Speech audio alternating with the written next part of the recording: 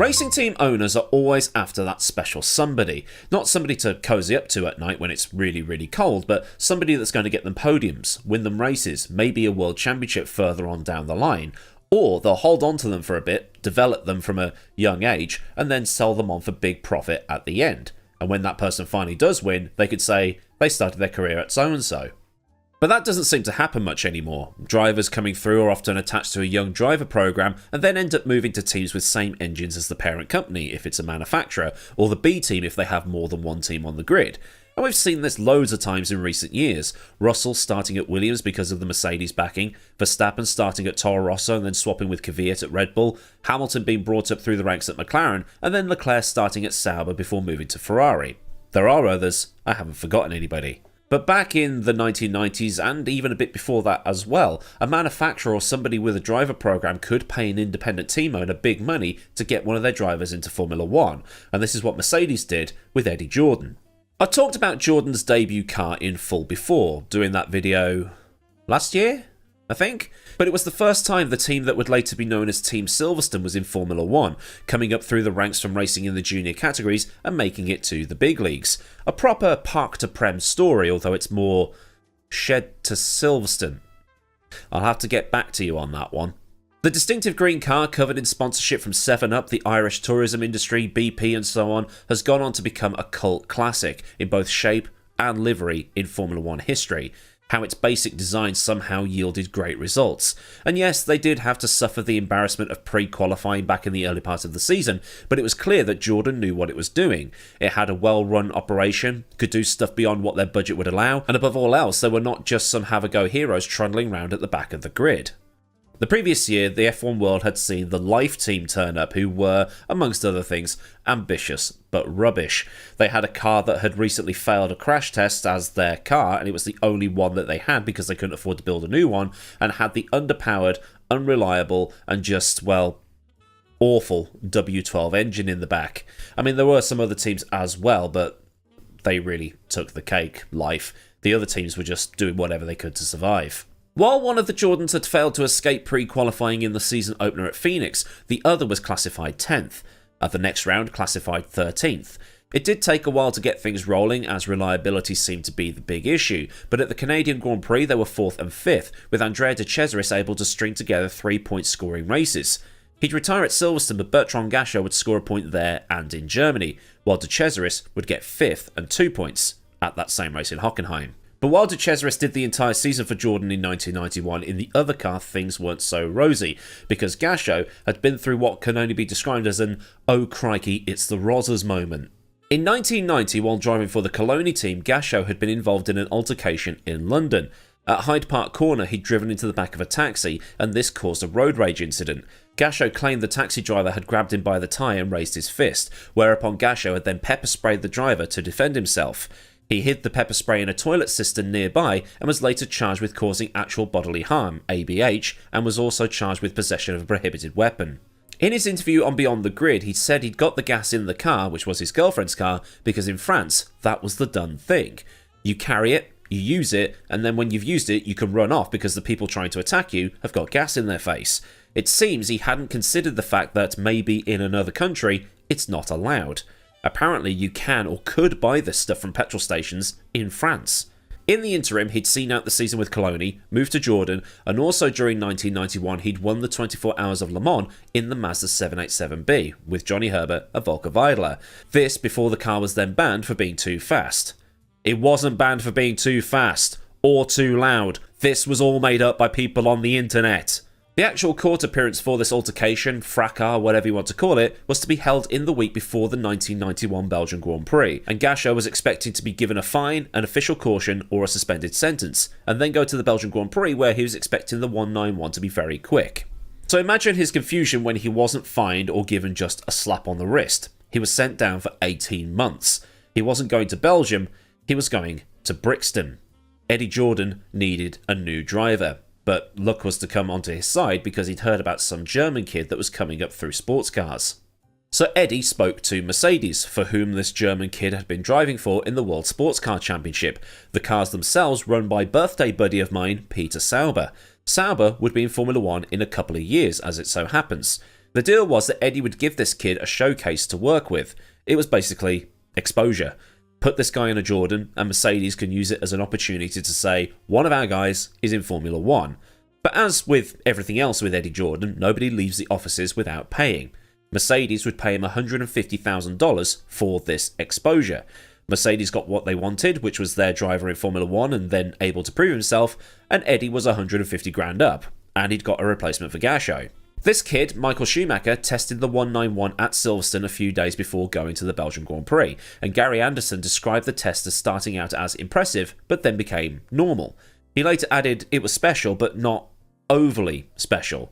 It also turned out that Schumacher had never driven Spa and had to learn it on his bike because De Cesaris was locked in contract negotiations. Schumacher was able to adapt very quickly. He was taking Eau Rouge flat and managed to, by the end of the Saturday qualifying session, get his car into 8th for the race, ahead of De Cesaris. Now Schumacher and history buffs are going to be going, no, he was 7th, but no, legitimately 8th. It became 7th because Patrese was given a penalty for not having a working reverse gear. Anderson later saw that Schumacher was miffed he wasn't faster than the Benettons, and he'd also been following one of the Brabhams in the session. He later made a passing comment that the Jordans were not going to be as good if they ran Yamaha engines, which they were rumoured to be getting for 1992, and it was something that Eddie was looking into because things weren't looking rosy for Jordan. Eddie was a bit cash-strapped. The first season in Formula 1 had been quite expensive.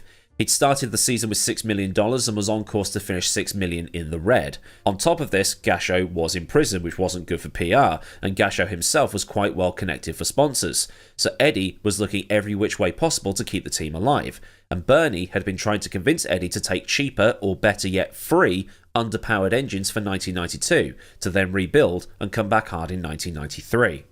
He almost didn't have any cars to race in Belgium because the bailiffs had impounded them for lack of payment on what Eddie owed. A similar thing almost happened to Lotus at the same race in 2015. Rumours are that to help Eddie out, Bernie had ticket money siphoned off or taken in full to help Eddie pay off the bailiffs, and the money from Mercedes was a lifeline too. He says the whole thing opened the door for Michael, but in reality Michael was pushing a door that was already open. Eddie just got lucky at the right time. So it looked like Jordan had their little miracle on the grid. Losing Gachot wasn't going to be so much of a problem as he originally thought. But the great qualifying was all for naught as Schumacher burned his clutch out at the start of the race and didn't even make it to La Source. That's fine. The man who would become the Michael was staying on for the rest of the season, right? Right? Not exactly. The race has already done their podcast on this. They did it a few years ago for the 30th anniversary of this race, so it's probably best to listen to all of that as they had people who were there telling the story. I'm not going to go into all the same detail they have because I don't want to just Control-C, Control-V their words. I'll leave a link to all of that in the description for you so you can read it in full and listen to the podcast, which has Gary Anderson on it because he's a columnist and contributor for the race. But the thing is, when you've only got really one source for a particular one of these videos, you end up reading that entire source and you're going, oh, am I just copying what they said word for word? So yeah, I don't want to just piggyback off their heavy lifting, for want of a better phrase. So I'm using this time to sort of credit my sources, if that makes any sense to you, but I'll elaborate on different bits and pieces that they've said, so it's not all one big copy-paste job. So after the Belgian Grand Prix, Eddie went to Japan to speak to Yamaha. The deal was going to be free engines for the 1992 season, and as mentioned, done at the urging of Bernie, because he could see that Eddie was struggling and needed help. But back in Britain, the Jordan team had been given a heads up by Schumacher's manager to say that somebody from Mercedes would be coming along to sign the contracts on Michael's behalf. But when this guy turned up, things had changed. The deal was that Mercedes was going to pay Jordan $3 million for the rest of the season, but loads of demands suddenly came out of nowhere that Eddie described in his book as being unacceptable. The next day, Schumacher sent a fax to Eddie personally saying, "Soz mate, not going to be driving for you this year or next year." Paraphrased, obviously. What this gentleman, Jochen Neerspach, had done was on the Friday before this particular Monday, or the weekend before this particular Monday, gone to Tom Walkinshaw at Benetton and offered the services of Schumacher to him instead. Walkinshaw said, "I thought he'd signed for Jordan." "Oh, he hasn't?" "Okay, I'm listening." But Tom said he'd only entertain the prospect of signing Michael as long as he was a free agent. Apparently, he later told Eddie that he wouldn't believe Mercedes would say Michael was a free agent when he wasn't. The race, in their big write-up of the whole thing, pointed to a document that was unearthed in 2005 by Motorsport News. The letter was dated the 22nd of August 1991, which is 3 days before the Belgian Grand Prix. It's actually the Thursday, so it might have come just after Schumacher completed his test. Dear Eddie, I confirm that if you enter me in the 1991 Belgian Grand Prix, I will sign the driver agreement with you prior to Monza in respect of my services in 1991, 1992, 1993, and subject to Mercedes' first option, 1994. The driver agreement will be substantially in the form of the agreement produced by you, with only mutually agreed amendments. I understand that PP Sauber Limited will pay you £150,000 per race for 1991. I also understand that you require $3.5 million for both 1992 and 1993, and if I or my backers are unable to find this money, you will be entitled to retain my services in those years. Yours sincerely, Michael Schumacher. This is a letter of intent and not actually a legally binding contract, and it became not a legally binding contract because at some point somebody, I'm assuming Mercedes, changed the letter so that one single word was changed.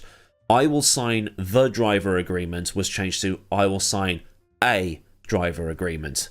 So, yeah, this opens up a whole can of worms.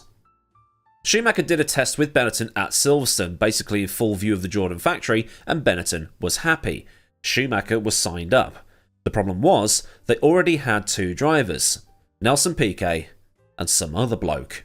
Some other bloke, you can all rejoice, is Roberto Moreno. With Schumacher signed, Roberto was surplus to requirements, and there was something in his contract that basically allowed for the lawyers and the team to kick him to the curb, and you wouldn't know it was there unless you were looking for it.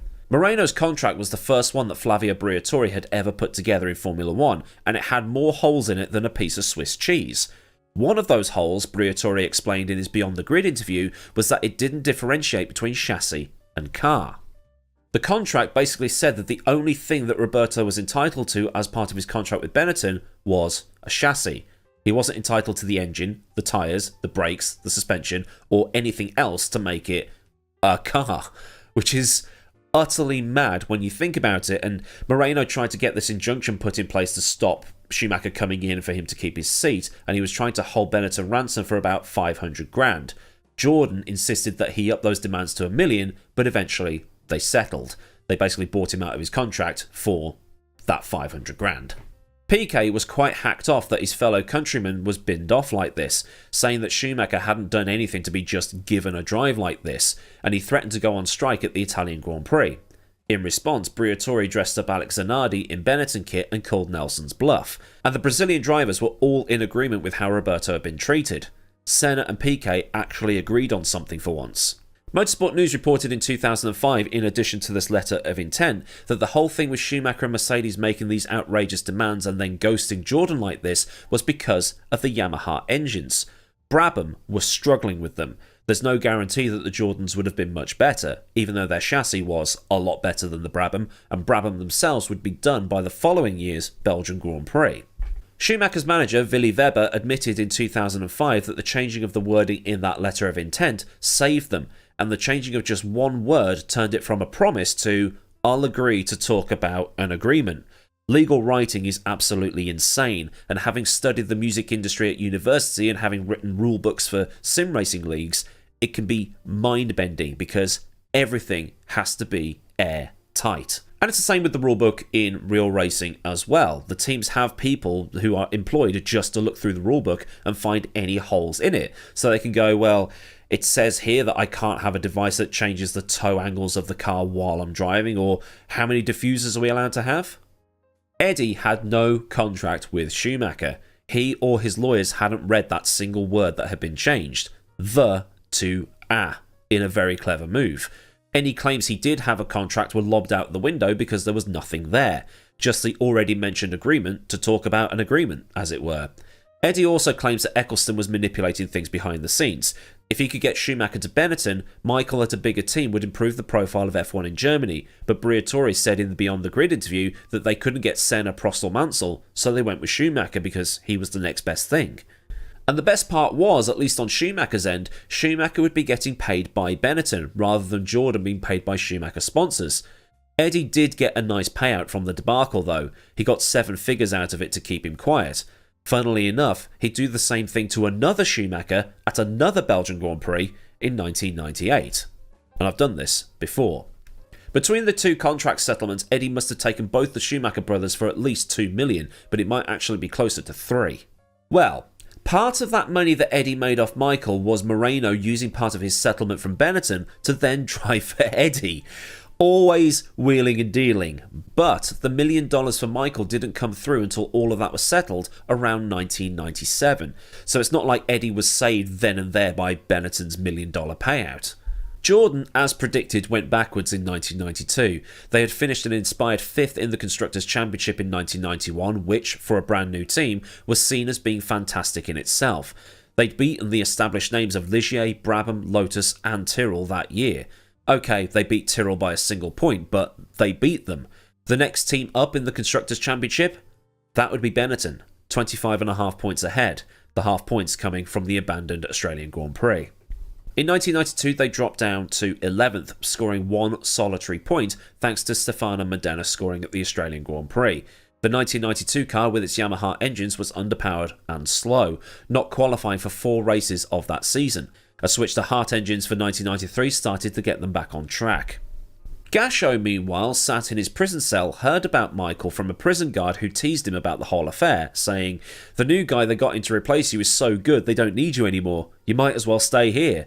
Words that Gachot remembers so clearly, even to this day. Gachot was able to appeal his conviction and only served 2 of the 18 months that he was sent down for. You probably get the same for armed robbery these days, am I right? See? Who says political comedy can't be fun? He had tried to get his seat at Jordan back for the Japanese Grand Prix, but it never came to fruition, and would end up driving for LaRousse at the end of 1991 and into 1992. He ended his F1 career at the Pacific team in 1994 and 1995. It makes you wonder what would have happened if "the" hadn't been changed to "a". Schumacher staying on through 1992 and beyond in an underpowered Jordan versus going to Benetton, where he had a team built around him to go from occasional winner through 92 and 93 to champion in 94 and 95, and then the Ferrari years following. But that's one for you down in the comments to hash out, because that timeline would be very interesting. But I reckon if Gachot had never gone to prison, Schumacher would have ended up at Benetton either way. Tom Walkinshaw was involved, and he ran the Jags in the World Sports Car Championship. He'd seen Schumacher racing in Group C cars and seen what he could do. It's more if he'd stayed at Jordan. That's the bit that might have changed F1 history forever.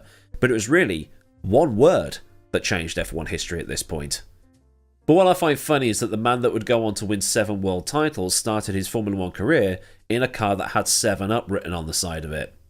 It's just the funny little things that the internet points out from time to time. So then, a look at the contract debacle surrounding Michael Schumacher after the 1991 Belgian Grand Prix. If this has taught you something new, then do like the video and obviously subscribe with that bell on for more stuff from this channel as it comes.